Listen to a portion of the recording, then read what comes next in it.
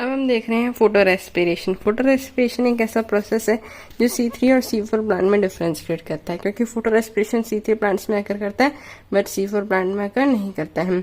अब ये रिलेटेड किससे, ये है ना कैल्विन पाथवे का जो फर्स्ट स्टेप है जिसमें CO2 का फिक्सेशन होता है, नहीं कार्बोक्सिलेशन वाला स्टेप है, उसी से रिलेटेड है। पहले स्टेप में क्या होता है, RUBP से CO2 कंबाइन होता है in the presence of enzyme Rubisco और 2 मॉलिक्यूल्स ऑफ 3-फॉस्फोग्लिसरिक एसिड रिलीज होते हैं। अब रुबिस्को के पास में पता है कार्बोक्सिलेस प्रॉपर्टी भी है और ऑक्सीजनेस प्रॉपर्टी भी है, तो बस यही क्रिएट कर देती है डिफरेंस। तो रुबिस्को के पास एक्टिव साइट यानी बाइंडिंग साइट है दोनों CO2 और ऑक्सीजन के लिए। तो अगर ऑक्सीजन के साथ बाइंड होगा तो CO2 के साथ नहीं होगा, CO2 के साथ नहीं होगा तो हमारा ग्लूकोज, हमारा फोटोसिंथेसिस नहीं हो पाएगा। तो इसीलिए जब रुबिस्को जो है एंजाइम, उसके पास अगर CO2 और O2 कार्बन डाइऑक्साइड और ऑक्सीजन दोनों बराबर हैं, मतलब दोनों का अमाउंट अगर बराबर प्लांट के पास आ रहा है, तो रुबिस्को की अफिनिटी जो है वो CO2 के लिए ज्यादा है, यानी वो किससे बाइंड करेगा, CO2 से बाइंड करेगा। लेकिन अगर ऐसा ना हो, मीन्स मान लेते हैं ऑक्सीजन की कंसंट्रेशन उसके आसपास ज्यादा है और CO2 की कंसंट्रेशन कम है, तो ऐसे केस में क्या होगा, RUBP जब CO2 के साथ कंबाइन करता है तो वो 2 मॉलिक्यूल्स ऑफ 3-फॉस्फोग्लिसरिक एसिड हमें देता है। लेकिन यही RUBP जब ऑक्सीजन के साथ कंबाइन होगा तो फॉस्फोग्लिसरेट और फॉस्फोग्लाइकोलेट देता है। फॉस्फोग्लाइकोलेट में 2 कार्बन होते हैं, 5 कार्बन को बैलेंस करने के लिए हमें पता है फॉस्फोग्लिसरेट में 3 कार्बन होते हैं। तो यहाँ से हमारा जो ये फॉस्फोग्लिसरिक एसिड है, हमें पता है ये आगे साइकिल में जाता है हमारे कैल्विन पाथवे के अंदर और हमारी शुगर भी बनाता है, वापस से RUBP को रिजेनरेट करता है। पर क्या ऐसा कुछ इस चीज में होगा, तो C3 प्लांट में क्या हुआ, हमारा प्रोडक्ट, हमारी प्रोडक्टिविटी, हमारा यील्ड कम हो गया क्योंकि ऑक्सीजन भी बाइंड हो गया। लेकिन C4 प्लांट में फोटो रेस्पिरेशन नहीं होता। क्यों? क्योंकि C4 प्लांट में हमें पता है मेसोफिल सेल से बंडल शीट सेल्स में वो 4 कार्बन वाला एसिड मैलिक एसिड या एस्पार्टिक एसिड के फॉर्म में जाते हैं। अब वहां पे डिकार्बोक्सिलेशन है यानी CO2 रिलीज हो रहा है, तो वो पूरी तरीके से इंश्योर कर रहा है कि जो बंडल शीट सेल्स में रुबिस्को है उसके पास सिर्फ CO2 ही जाए, O2 जाए ही नहीं। तो इसलिए फोटो रेस्पिरेशन नहीं होती। फोटो रेस्पिरेशन नहीं होती इसलिए C4 प्लांट की यील्ड और प्रोडक्शन जो होती है वो ज्यादा होती है। अभी फोटो रेस्पिरेशन वाले प्लांट का पाथवे ये है, फोटो रेस्पिरेशन जब होता है उसका पाथवे ये है कि RUBP से in exchange of CO2 oxygen जो है वो बाइंड हो जाती है। तो ये जो फोटो रेस्पिरेशन का पाथवे है, यहाँ पे ना तो ATP बन पाएगी आगे जाके और ना ही शुगर बनेगा। मतलब यहाँ पे ऐसा तो है नहीं कि रिएक्शन में एनर्जी रिलीज होकर ATP बन रही है और शुगर बन नहीं पा रही, क्योंकि शुगर बनाने के लिए जो मॉलिक्यूल चाहिए 3-फॉस्फोग्लिसरिक एसिड वो तो बना ही नहीं है। तो इससे हुआ क्या, जो CO2 थी वो भी एब्जॉर्ब नहीं हुई, तो इससे क्या हुआ, CO2 भी रिलीज हो गई और उल्टा ही ATP कंज्यूम कर रहा है।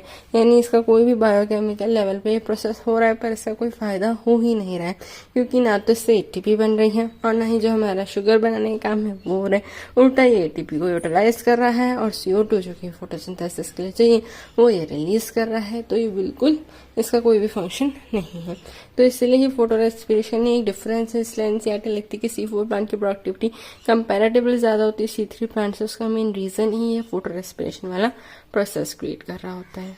Factors affecting photosynthesis. अब रेट ऑफ फोटोसिंथेसिस यानी प्लांट जितना ज्यादा फोटोसिंथेसिस करेगा, मतलब उतना ज्यादा फूड बनाएगा, उसी हिसाब से ही प्लांट की यील्ड होगी, क्योंकि फूड ही ग्रोथ कराएगा तभी प्लांट जो है वो हमें प्रोडक्ट दे पाएगा। यानी फ्रूट्स, जो फ्रूट्स वो बना रहा है तो वो ग्रो करने के लिए फूड की तो जरूरत है ही।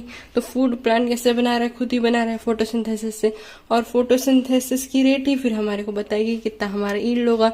In case of crop plants में भी यही चीज चलेगी।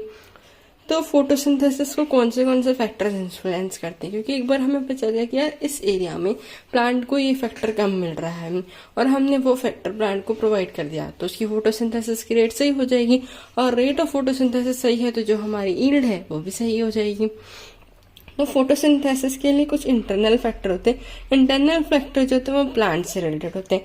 वो प्लांट से रिलेटेड होते हैं तो वो डिपेंड करते हैं जेनेटिक प्रीडिस्पोजिशन पे एंड ग्रोथ ऑफ प्लांट, यानी ग्रोइंग कंडीशन प्लांट की, जैसे सॉइल में न्यूट्रिएंट्स। तो एक तो growing condition of the plant और दूसरा जेनेटिक प्रीडिस्पोजिशन यानी जीनेटिक लेवल पे रिलेटेड होता है कि जीन कोई अगर प्लांट में भी अगर कोई जीन म्यूटेटेड है तो फिर वो प्रॉब्लम, जैसे नंबर ऑफ क्लोरोप्लास्ट कम या फिर अमाउंट ऑफ क्लोरोफिल का जीन अगर प्लांट में म्यूटेटेड है तो वो जेनेटिक लेवल की प्रॉब्लम हो गई। तो ये सब इंटरनल फैक्टर में आते हैं। इंटरनल फैक्टर में आते हैं कि क्या नंबर होगा, कितना क्या नंबर कितने अमाउंट में होगा, साइज मीडियम होगी या स्मॉल होगी, और edge and orientation of leaves, मतलब प्लांट के अंदर किस तरीके से लीव्स का, मेसोफिल सेल का, क्लोरोप्लास्ट का ओरिएंटेशन होता है, कितना नंबर होता है, ये सब जीन लेवल पर डिपेंड करते हैं। मान लो अगर जीन लेवल पे अमाउंट मतलब नंबर ऑफ क्लोरोप्लास्ट इतने बनने चाहिए, पर्टिकुलरली सब में 500 आइडियली होते हैं, मान लेते हैं एग्जाम्पल, लेकिन किसी प्लांट में ये जीन म्यूटेटेड है और उसमें 250 ही नंबर ऑफ क्लोरोप्लास्ट बन रहे हैं, तो ऑब्वियस सी बात है उसके अंदर रेट ऑफ फोटोसिंथेसिस अफेक्टेड है, तो उसकी ईल्ड भी अफेक्टेड हो जाएगी। तो एक ये कंडीशन है। दूसरा है इंटरनल CO2 कंसंट्रेशन। जैसा हमने C4 प्लांट में देखा कि वो अपने आप से एक मैकेनिज्म में करके इंटरनल CO2 कंसंट्रेशन, यानी रुबिस्को एंजाइम के पास CO2 ज्यादा पहुंचे वो इंश्योर कर रहा है। तो वो भी जेनेटिक लेवल पे ही एक C3 प्लांट एक C4 प्लांट है। जो C4 प्लांट में बंडल शीट सेल्स है लार्ज नंबर में, अराउंड 20 किलो बंडल, तो वो भी जेनेटिक लेवल पे ही है। अमाउंट ऑफ क्लोरोफिल, मान लो नंबर ऑफ क्लोरोप्लास्ट भी जितने होने चाहिए उतने ही है, पर जीन जो अमाउंट ऑफ क्लोरोफिल बना रहा है वो म्यूटेड है, इसलिए क्लोरोप्लास्ट तो है पर क्लोरोफिल नहीं है उनके अंदर। तो ये सब चीजें हमारी फोटोसिंथेसिस को अफेक्ट करेंगी। इसके अलावा कुछ एक्सटर्नल फैक्टर होते हैं कि सनलाइट अवेलेबल है या नहीं है, टेम्परेचर मतलब सनलाइट अवेलेबल है, CO2 अवेलेबल है, पानी भी अवेलेबल है, लेकिन टेम्परेचर जो चाहिए वो नहीं होगा तो भी फोटोसिंथेसिस नहीं होने वाला है। तो अवेलेबिलिटी सनलाइट की, टेम्परेचर की, CO2 कंसंट्रेशन कितनी है और पानी, तो ये सारे फैक्टर फोटोसिंथेसिस के रेट पे असर डालेंगे। ठीक है, अब जब सेवरल फैक्टर्स में ऐसा भी हो सकता है कि सिर्फ मतलब कुछ फैक्टर्स, मतलब एक इलाका है जहाँ पर टेम्परेचर की भी प्रॉब्लम है और मतलब पानी भी प्रॉब्लम दे रहा है, तो कुछ फैक्टर्स मिलके फोटोसिंथेसिस को अफेक्ट कर रहे हैं। पर एक फैक्टर जो होता है मेजर कारण होता है जो फोटोसिंथेसिस को लिमिट कर रहा होता है, और वो मेजर फैक्टर हम कैसे पता करेंगे, जो जिस लेवल पे चाहिए, मतलब इतना टेम्परेचर चाहिए, इतना वाटर चाहिए, जो उसके ऑप्टिमम लेवल से भी कम हो, सब ऑप्टिमल यानी ऑप्टिमम लेवल से भी कम हो, वो फैक्टर ही क्या है, लिमिट कर रहा है फोटोसिंथेसिस की रेट को। अब यहाँ पे बहुत सारे फैक्टर्स फोटोसिंथेसिस जो कि बायोकेमिकल प्रोसेस है उसे अफेक्ट कर रहे हैं, तो उसके लिए ब्लैकमैन्स लॉ ऑफ लिमिटिंग फैक्टर 1905 में बनाया गया था। क्या है लॉ ऑफ लिमिटिंग फैक्टर, ये हम अभी देखते हैं। ब्लैकमैन्स लॉ ऑफ लिमिटिंग फैक्टर 1905 में दिया गया था। ये फैक्टर तब काम करता है जब बहुत सारे factors, internal factors, external factor में भी सनलाइट है, CO2 है, वाटर है, यानी जब बहुत सारे फैक्टर्स मिलके एक पर्टिकुलर बायोकेमिकल रिएक्शन को अफेक्ट कर रहे होते हैं, तब ये लॉ जो है वो एप्लीकेबल होता है। क्या कहता है लॉ कि if a chemical process is affected by more than one factor, जैसे यहाँ पे सनलाइट भी है, CO2 की कॉन्सेंट्रेशन भी है, वाटर भी है, तो एक से ज्यादा फैक्टर जो हैं वो एक तरीके से केमिकल प्रोसेस को अफेक्ट कर रहे हैं, then its rate will be determined by factor. तो उसकी जो रेट है कि वो प्रोसेस कितना मतलब इफेक्टिवली कितना तेज गति से होगा, वो डिपेंडेंट करता है उस फैक्टर पे which is nearest to its minimum value. यानी कोई एक फैक्टर है जो बहुत ही कम अमाउंट में मिल रहा है, मतलब एक प्लांट को टेम्परेचर बहुत ही कम, मतलब बहुत ही टेम्परेचर वहाँ पे लो है, तो वो पर्टिकुलर फैक्टर है ना मिनिमम वैल्यू पे, वही सबसे ज्यादा इस रेट को अफेक्ट कर रहा है। If it is the factor which directly affects the process if it's quantity is changed. अब अगर मैंने उस फैक्टर की क्वांटिटी चेंज कर दी तो वो इस फोटोसिंथेसिस की रेट को बहुत ज्यादा क्या करेगा, अफेक्ट करेगा। जैसे इसका एग्जाम्पल लेते हैं, मान लो एक प्लांट में ग्रीन लीव्स भी हैं, उसको लाइट भी सही से मिल रही है और CO2 कंडीशन भी सही है, बस टेम्परेचर ही लो है। तो अगर टेम्परेचर लो है मतलब उसकी कंडीशन पूरी नहीं हो रही, तो रेट ऑफ फोटोसिंथेसिस बहुत कम होगी या नहीं होगी। लेकिन अगर मैंने टेम्परेचर ऑप्टिमम कर दिया तो फोटोसिंथेसिस शुरू हो जाएगी। तो वो टेम्परेचर ही वो मेन मिनिमल फैक्टर है जिसको अगर मैंने चेंज कर दिया, जिसकी क्वांटिटी को, जिसके अमाउंट मैंने चेंज कर दिया, तो वो फोटोसिंथेसिस की रेट को अफेक्ट कर देगा। अब इसके अलावा टेम्परेचर ही अब हम एक फैक्टर ले रहे हैं, बहुत सारे फैक्टर हैं, टेम्परेचर है, वाटर है, CO2 की कंसंट्रेशन है, लाइट है, 4 फैक्टर्स हैं, उनमें से एक फैक्टर दिख रहा है टेम्परेचर। जो डार्क रिएक्शन है उसके लिए स्ट्रोमा में एंजाइम है शुगर प्रोटीन सिंथेसिस करने के लिए, तो एंजाइम्स तो टेम्परेचर पर डिपेंड करती हैं, तो डार्क रिएक्शन जो है वो एंजाइमेटिक है, तो वो तो टेम्परेचर के अंडर कंट्रोल है ही। लेकिन लाइट रिएक्शन जो है वो भी टेम्परेचर से सेंसिटिव तो है, यानी टेम्परेचर से वो इतनी अफेक्ट नहीं होती है, पर थोड़ी बहुत लेसर एक्सटेंट पे से अफेक्ट होती है। अब C4 प्लांट फोटोसिंथेसिस के लिए हाई टेम्परेचर की रिक्वायरमेंट रखते हैं, लेकिन C3 प्लांट लो टेम्परेचर की रखते हैं। तो ये डिपेंड करता है कि वो किस हैबिटेट में है, किस हैबिटेट के लिए वो अडेप्टेड है। जैसे C4 प्लांट ट्रॉपिकल प्लांट है, इसलिए उनका ऑप्टिमम टेम्परेचर हाई टेम्परेचर है कंपैरेटिवली C3 प्लांट के, जो कि टेम्परेट रीजन में पाए जाते हैं, टेम्परेट क्लाइमेट्स में होते हैं। ये ऊपर तो ब्लैकमैन्स लॉ लिखा हुआ है कि जो एक मिनिमल वैल्यू पे होगा, अगर मैं उसी फैक्टर को चेंज कर दूं तो हमारी फोटोसिंथेसिस की रेट अफेक्ट हो जाएगी। अब हम दूसरा फैक्टर देख रहे हैं CO2 कंसंट्रेशन का। यूजुअली CO2 की कंसंट्रेशन कम ही होना, यही एक तरीके से मेनली मेजरली यही लिमिटिंग फैक्टर होता है, यानी बाकी सब इतने लिमिटिंग फैक्टर नहीं होते, मतलब बाकी सबके इतने प्रॉब्लमेटिक केस नहीं आते। अगर हमें किसी प्लांट में, मतलब मोस्ट ऑफ द प्लांट में फोटोसिंथेसिस की रेट अगर कम है तो उसका कारण मोस्टली CO2 की कंसंट्रेशन कम होना ही होता है। कंसंट्रेशन ऑफ CO2 प्लांट को जितना चाहिए उससे कम क्यों मिलता है? क्योंकि CO2 हमारे एटमॉस्फेयर में भी कम है, 0.0 से 0.04% ही है। लेकिन अगर हमारे एटमॉस्फेयर में कंसंट्रेशन CO2 की 0.05% तक बढ़ा दी जाए तो CO2 की फिक्सेशन जो है वो बढ़ जाएगी, यानी इधर तक तो सब सही है। लेकिन अगर इस लेवल से ज़्यादा 0.05% से ज़्यादा हमने एटमॉस्फेयर में इंक्रीज कर दिया तो वो क्या हो जाएगा? अगर लंबे समय तक ये ऐसा चलता रहा तो प्लांट के लिए डैमेजिंग हो सकता है, क्योंकि रेस्पिरेशन के लिए तो उन्हें भी ऑक्सीजन ही चाहिए ना, CO2 तो फोटोसिंथेसिस के लिए चाहिए।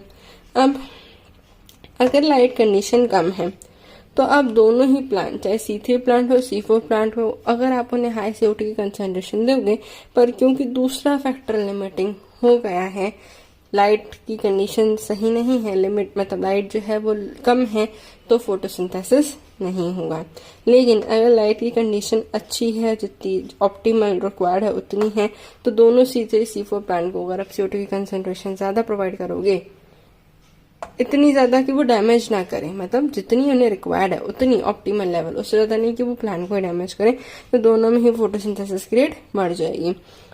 अब C4 प्लांट के लिए CO2 की अवेलेबिलिटी, करंट अवेलेबिलिटी कितनी है? C4 प्लांट के लिए वो इतना लिमिटिंग फैक्टर नहीं है, पर C3 प्लांट के लिए करंट अवेलेबल CO2 की लेवल कितनी है वो लिमिटिंग फैक्टर होता है for the C3 plant.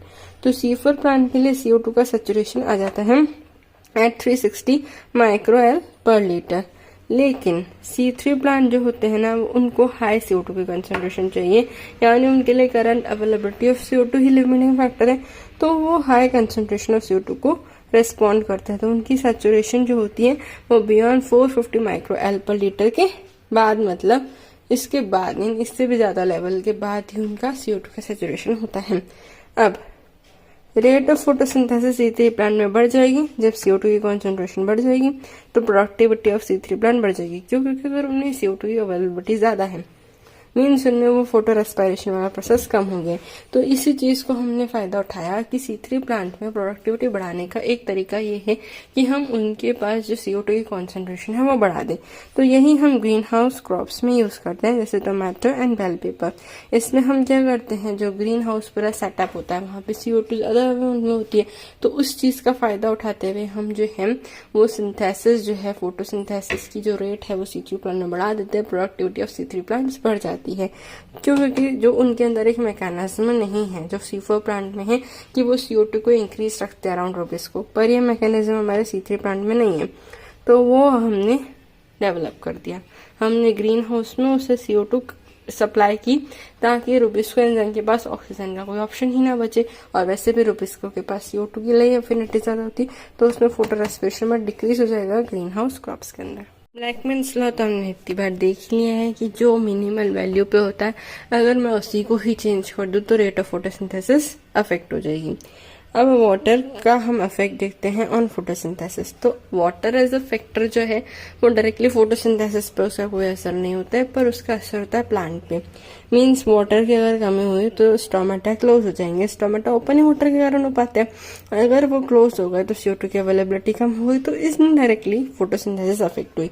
Water की कमी के कारण मतलब प्लांट जो है वो मुरझा जाएगा तो उसकी पत्तियां भी मुरझा जाएंगी, तो मतलब वो सिकुड़ जाएंगे, उनका सरफेस एरिया जो होगा वो कम हो जाएगा। सरफेस एरिया कम यानी अगेन वही स्टोमेटा वाली बात, वो CO2 का जो लीफ खुला हुआ होता है ताकि वो ज्यादा से ज्यादा CO2 का एब्जॉर्प्शन कर सके, सब काम ढंग से कर सके, तो सरफेस एरिया डिक्रीज हो जाएगा तो उसकी मेटाबॉलिक एक्टिविटी भी अफेक्ट हो जाएगी, वो भी डिक्रीज हो जाएगी। लाइट एज अ फैक्टर दिख रहे हैं कि वो फोटोसिंथेसिस को कैसे अफेक्ट करता है। तो लाइट 3 तरीके से अफेक्ट करता है। एक तो कितनी ड्यूरेशन तक लाइट से प्लांट का एक्सपोजर होना चाहिए, अगर पर डे इतनी देर प्लांट को लाइट से एक्सपोज करना है तो वो फैक्टर, अगर मतलब एक्सपोजर कम है तो वो भी अफेक्ट करेगा। लाइट की इंटेंसिटी और लाइट की क्वालिटी, यानी पर्टिकुलर किस वेवलेंथ की लाइट प्लांट को चाहिए। जैसे हमें पता है कुछ रेडिएशन को फोटोसिंथेटिकली एक्टिव रेडिएशन कहते हैं, तो वो किस वेवलेंथ की लाइट चाहिए ना, वो बहुत ज्यादा असेंशियल होता है। तो ये फैक्टर्स इन 3 तरीके से लाइट अफेक्ट करती है। हम बात करते हैं लाइट इंटेंसिटी की। तो लाइट की इंटेंसिटी के लिए हमने ग्राफ बनाया between light intensity and rate of photosynthesis. जब हम देख रहे हैं कि लाइट की इंटेंसिटी कम है तो जिस हिसाब से लाइट की इंटेंसिटी बढ़ रही है उस हिसाब से रेट ऑफ फोटोसिंथेसिस भी जो है वो लीनियरली एक रिलेशन आ रहा है। लेकिन बियॉन्ड अ पर्टिकुलर पॉइंट जब हम लाइट इंटेंसिटी जो है वो और इंक्रीज करते जा रहे हैं, जो रेट ऑफ फोटोसिंथेसिस है वो कांस्टेंट हो गया, क्योंकि अब और फैक्टर्स जो है वो लिमिटिंग हो गए हैं। तो ये ग्राफ एनसीईआरटी में दिया हुआ है और यही इसकी क्या है एक्सप्लेनेशन है।